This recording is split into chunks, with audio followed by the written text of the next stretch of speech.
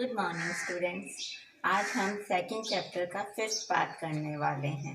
अभी तक जो पढ़ा था वो हमने मेगास्पोरोजेनेसिस और माइक्रोस्पोरोजेनेसिस, लघु बीजाणु जनन और गुरु बीजाणु जनन जो पढ़े थे, जिसमें मेगास्पोर और माइक्रोस्पोरोजेनेसिस बन चुके थे। मेगास्पोर और माइक्रोस्पोर, ठीक है। तो आज आगे हम वही पढ़ेंगे कि ये मेगास्पोर और माइक्रोस्पोर आखिर में जाकर किस तरीके से मेल गैमीट और फीमेल गैमीट, मेल गैमेटोफाइट और फीमेल गैमेटोफाइट, नर युग्मोद्भिद और मादा युग्मोद्भिद किस तरीके से बनते हैं। तो सबसे पहले जो हम पढ़ेंगे वो नर युग्मोद्भिद के बारे में पढ़ेंगे। Male gametophyte.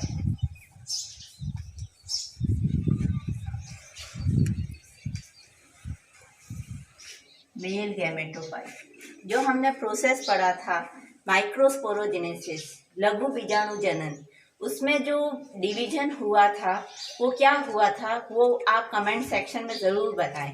मियोसिस हुआ था या माइटोसिस, अर्धसूत्री विभाजन या समसूत्री विभाजन, क्योंकि आगे हमें यही पढ़ना है कि ये जो मेल गैमीट्स बन रहे हैं, गैमीट्स हमेशा हैप्लॉइड होते हैं, ठीक है। तो पहले ही पोलन ग्रेन या माइक्रोस्पोर बन चुका है, तो पोलन ग्रेन या माइक्रोस्पोर कैसा है, वो किस वजह से बना है, क्या डिवीजन था, वो आपको बताना है, ठीक है।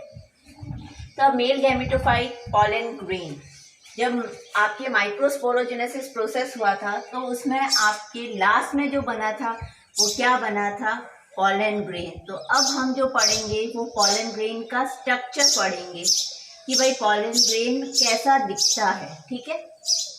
तो पोलन ग्रेन जो है उस पे आपको 2 लेयर देखने को मिलती है। ये पोलन ग्रेन है, ठीक है।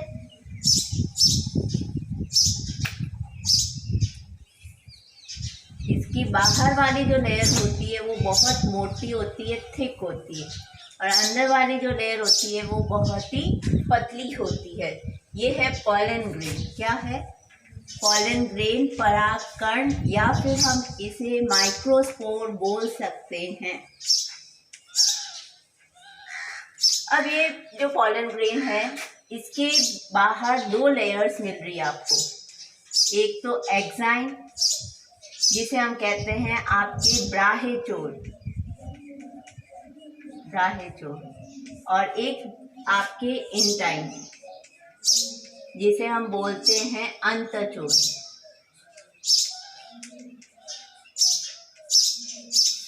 अब ये जो माइक्रोस्पोर या पोलन ग्रेन है, ये देखो सिंगल सेल है। क्या है? सिंगल सेल है, एक कोशिका है, सिंगल सेल। इसके अंदर जो न्यूक्लियस मिल रहा है वो भी सिंगल न्यूक्लियस मिल रहा है, या हम कह सकते हैं सिंगल न्यूक्लिएटेड, सिर्फ एक ही न्यूक्लियस मिल रहा है। बहुत सारे इसके अंदर वैक्यूल रिक्तिकाएं मिलती है। ये इसका न्यूक्लियस है और ये इसके वैक्यूल है, ठीक है। तो जो माइक्रोस्पोर या पोलन ग्रेन होता है वो एक कोशिकीय होता है और एक केंद्रक होता है इसके अंदर, और ये आने वाले मेल गैमेटोफाइट की सबसे पहली सेल है, first cell of male gametophyte, first cell of male gametophyte. नर युग्मोद्भिद की पहली कोशिका कौन सी होती है? कौन बनाएगा नर युग्मोद्भिद को? तो कौन बनाएगा? पोलन ग्रेन, ठीक है। अब हम इसका स्ट्रक्चर कर रहे हैं। तो एक्साइन और फिर आता है इंटाइन। एक्साइन के बीच में आप देखो ये यहाँ पर गैप है, दिख रहा है आपको गैप?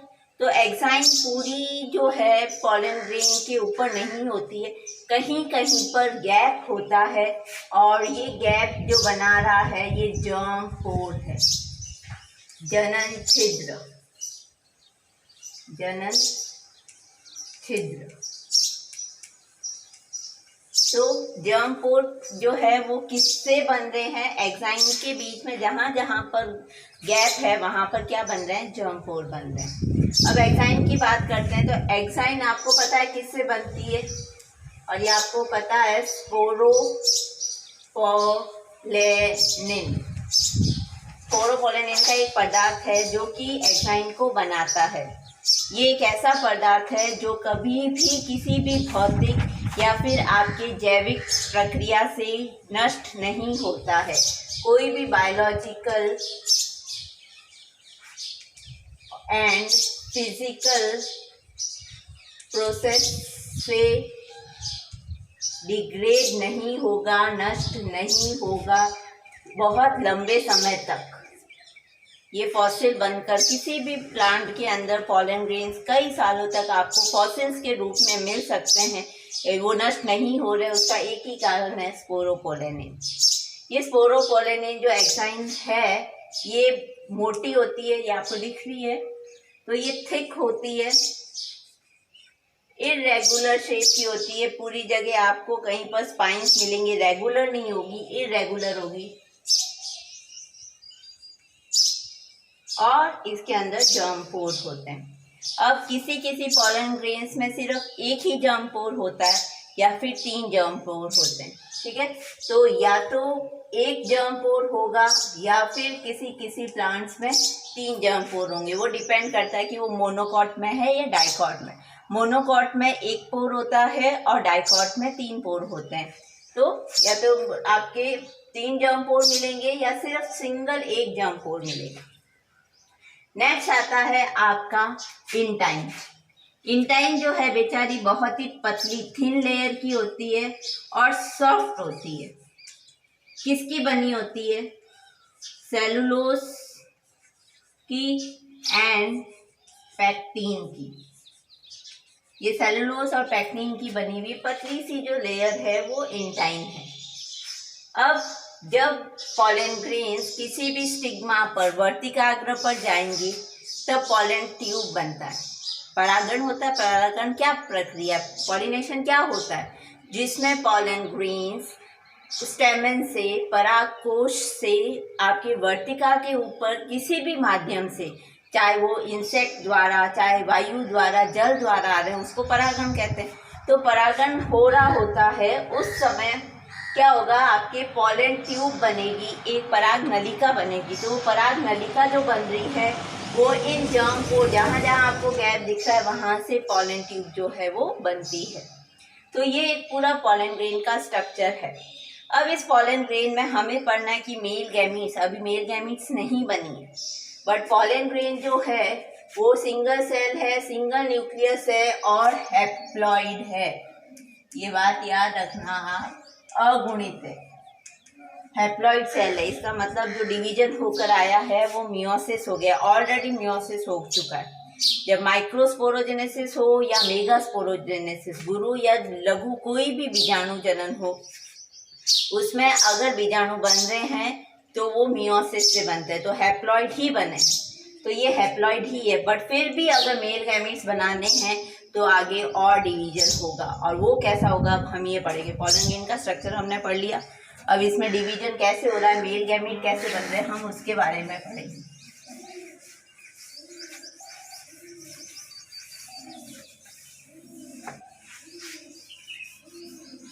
अब क्या होगा, पॉलन ग्रेन में अनइक्वल डिवीजन होगा, असमान, आपके अनइक्वल डिवीजन, असमान डिवीजन होगा, जिसके अंदर क्या होगा कि सबसे पहले तो 2 केंद्रक बनेंगे।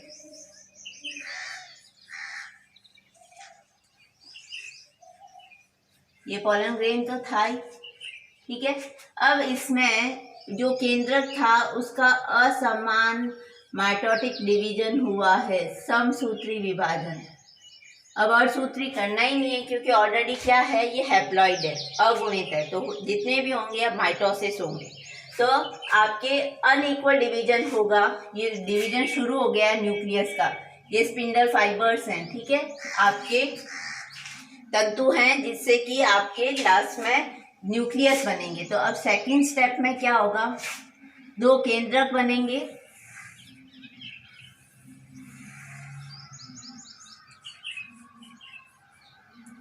ये आपका पॉलन ग्रेन है और इसमें अनइक्वल डिवीजन की वजह से दो आपके केंद्रक बन चुके हैं।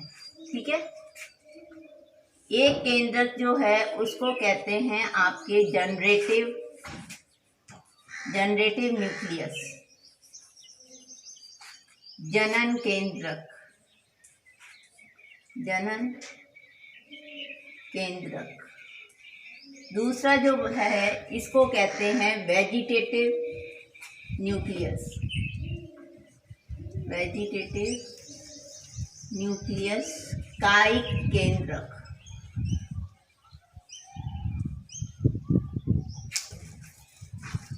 कायिक केंद्रक। ठीक है, तो अभी सिर्फ केंद्रक बने, कोशिका नहीं बनी है। हम जब सेल डिवीजन पढ़ते हैं तो हमने पढ़ा है कि बहुत सी स्टेजेस होती हैं, जिसमें पहले कैरियोकाइनेसिस, फिर आपके साइटोकाइनेसिस, पहले केंद्रक का विभाजन, फिर कोशिका का विभाजन। तो अभी जो आपके अनइक्वल असमान माइटोटिक डिवीजन हुआ है उससे सिर्फ दो केंद्रक बने, दो कोशिका नहीं बनी है। तो अभी जो पॉलन ग्रेन के अंदर डिवीजन हुआ है वो क्या हुआ है? अनइक्वल माइटोटिक डिवीजन हुआ है, असमान आपके समसूत्री विभाजन हुआ है। दो केंद्रक बन गए, अब दो कोशिकाएं बनेगी। अब ये दो कोशिकाएं जो हैं वो बराबर आकार की नहीं होती है, इसीलिए इसको कहते हैं असमान माइटोटिक डिवीजन, अनइक्वल, क्योंकि कोशिकाएं बराबर नहीं है। तो अब नेक्स्ट स्टेप जो होगा, इसमें दो आपके केंद्रक तो पहले से ही थे, अब दो कोशिकाएं बनेगी। ये पॉलन ग्रेन है,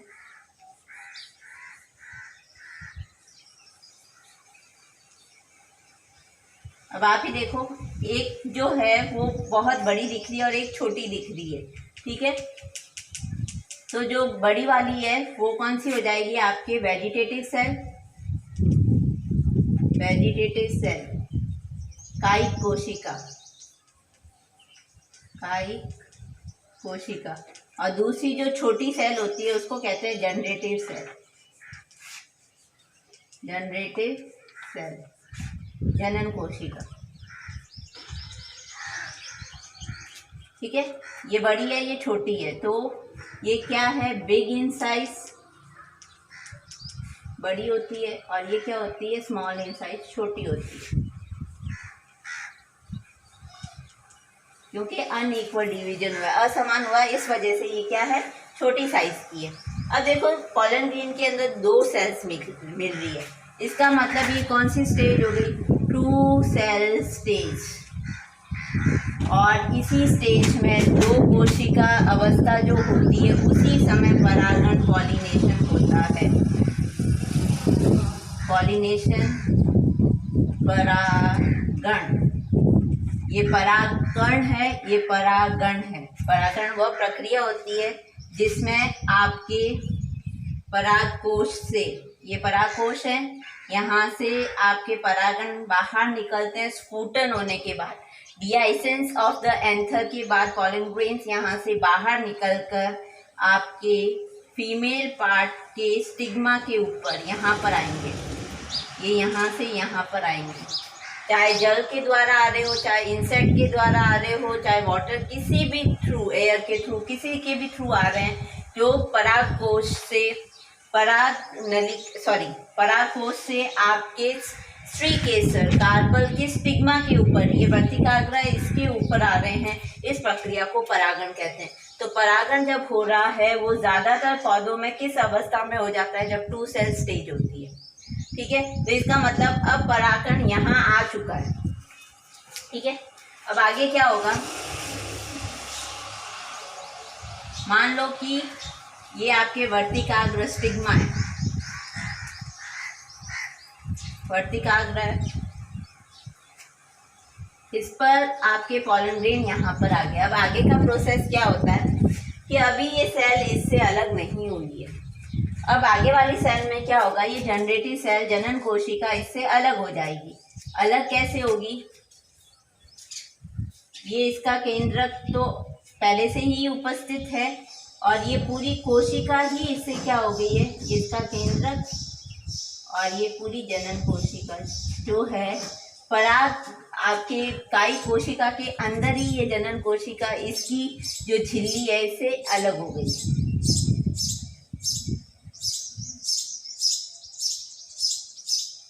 ये इसका ब्राह्यचोल, ठीक है। तो अब नेक्स्ट स्टेज के अंदर प्लाज्मा मेम्ब्रेन बन गई है और जनरेटिव सेल जनन कोशिका काई कोशिका से बिल्कुल अलग हो गई है, बट काई कोशिका के अंदर ही है ये। अब ये जो है प्रोसेस ये कहाँ हो रहा है, यहाँ पर वर्तिकाग्र पर हो रहा है। अब आगे वाले स्टेप में क्या होगा कि ये जो आपके जनन छिद्र है, आपके जर्म पोर है, यहाँ से पराग नलिका निकलेगी। अब पराग नलिका जब निकलेगी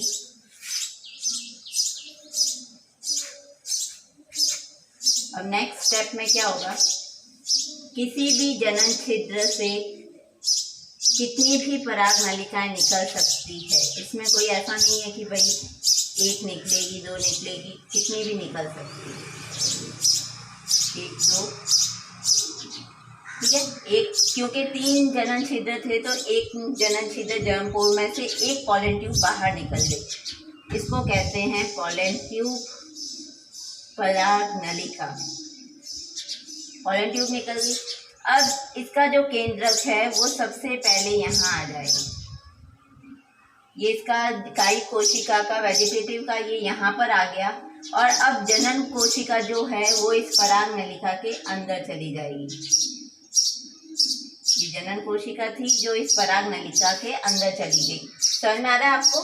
अब नेक्स्ट जो स्टेप है तो ये जो है ये यहाँ हो रहा है कि अब एक पराग नलिका बनी है, ये इस तरीके से पराग नलिका बनी है जिसमें एक ये पराग का केंद्रक है और एक जो है वो जनन कोशिका का केंद्रक है। मैं यहाँ सेंटर में बना रही हूँ। ये पराग कण था, पराग कण से एक पराग नलिका निकली जनन छिद्र से और जनन छिद्र से निकलने के बाद इसमें सबसे आगे जो है वो आपके काई कोशिका का केंद्रक है। तो ये काई कोशिका का केंद्रक है और ये पूरी जनन कोशिका है, ये यहाँ पर। अब इस जनन कोशिका में फिर से एक माइटोटिक डिवीजन होगा, माइटोटिक डिवीजन, अर्धसूत्री विभाजन होगा और इस अर्धसूत्री विभाजन से अब मेल गैमीट्स बनेंगे।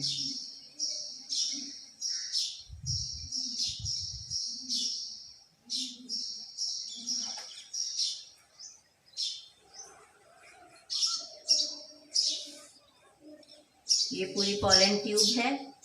इस पॉलन ट्यूब में एक आपके केंद्रक है जो कि काई कोशिका का है।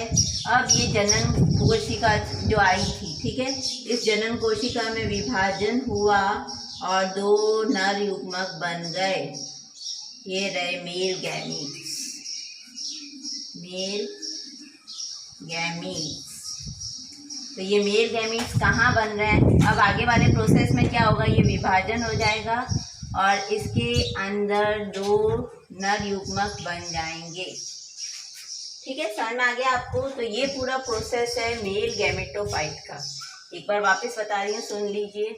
पॉलन ग्रेन है, एक्साइन होता है, अंदर इंटाइन होती है, पतली होती है और ये इसमें बहुत से जर्म पोर एक्साइन के अंदर देखने को मिलते हैं। ये जर्म पोर आगे जाकर आपके पॉलन ट्यूब बनाते हैं, पराग नलिका बनाते हैं। अब इसमें असमान माइटोटिक डिवीजन होगा जिससे कि पहले 2 केंद्रक बनेंगे, एक काई केंद्रक और एक जनन केंद्रक, वेजिटेटिव न्यूक्लियस और आपके जनरेटिव न्यूक्लियस। उसके बाद इनमें फिर से जो है कि केंद्रक बन गए, अब इसमें सेल बनेंगे। तो सेल जो बनेंगे वो एक बड़ा होगा और एक छोटी साइज का सेल होगा, तो वेजिटेटिव सेल और एक जनरेटिव सेल। अब ये 2 सेल स्टेज है, 2 परागकण के अंदर 2 कोशिकाएं हैं, तो 2 सेल और इसी समय पॉलिनेशन परागण होता है। मतलब परागकोश से जाकर वर्तिकाग्र के ऊपर जाने वाले प्रोसेस परागण वो इसी समय होता है 2 सेल स्टेज में। अब क्या होगा कि जो आपके जनरेटिव सेल है वो अलग हो जाएगी और उसी काई कोशिका में रहेगी अब यहाँ से जब पराग नलिका बनेगी तो सबसे पहले ट्यूब न्यूक्लियस आगे चलता है, जिसे हम जनरेटिव न्यूक्लियस आपके वेजिटेटिव न्यूक्लियस कहेंगे। काई केंद्र सबसे आगे चलेगा। फिर ये यहाँ पर जो है जनरेटिव न्यूक्लियस सेल, इसमें आपके माइटोटिक डिवीजन होगा और इस माइटोटिक डिवीजन की वजह से 2 मेल गैमीट्स बनेंगी और ये हैप्लॉइड है। हैप्लॉइड तो ये भी है, क्योंकि जब स्टार्ट हुआ था तब भी ये हैप्लॉइड ही था, तो ये सभी क्या है, हैप्लॉइड है। और अब 2 मेल गैमीट्स बन चुके हैं। अब इन 2 मेल गैमीट्स में से एक मेल गैमीट है वो अंड कोशिका से जाकर फ्यूज हो जाएगा और एक मेल गैमीट जो है वो आपके सेकेंडरी न्यूक्लियस द्वितीय कोशिका जो है उससे जाकर जो है फ्यूज होगा। तो आपको ये पूरा प्रोसेस समझ में आ गया। तो ये था मेल गैमेटोफाइट, ठीक है। इसके अंदर आपको एक चीज याद रखनी है कि वेजिटेटिव सेल के अंदर आरएनए की क्वांटिटी ज़्यादा होती है, क्योंकि ये सेल क्या होता है, बड़ा होता है, जबकि जनरेटिव सेल के अंदर आरएनए की क्वांटिटी कम होती है, क्योंकि ये सेल क्या होता है, छोटा होता है। बट यहाँ पर डीएनए जो है वो बराबर होता है और जितनी भी सेल ऑर्गेनलीज है, जितनी भी कोशिकांग होते हैं, माइटोकॉन्ड्रिया है, राइबोसोम्स हैं, जितने भी हैं, वो जनरेटिव सेल में और वेजिटेटिव सेल में बराबर होते हैं। तो आपको 3 चीज़ें याद रखनी है। डीएनए दोनों में बराबर है, आरएनए क्योंकि ये बड़ा है तो इसमें ज़्यादा है, और इसमें क्योंकि ये छोटी है तो इसमें कम है। बट आपकी जितनी भी कोशिकांग है वो दोनों में ही बराबर होती है। Thank you so much.